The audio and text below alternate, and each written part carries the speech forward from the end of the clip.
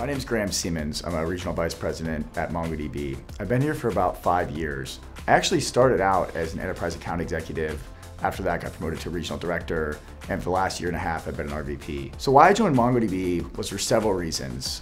One, it was throughout the interview process, was one of the only places that I truly felt like I was getting developed, even before I started there.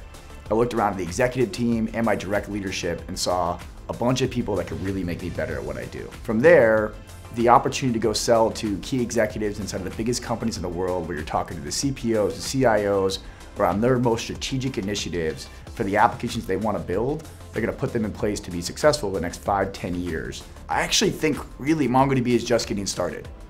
We're a $1 billion run rate, but really a $1 billion startup.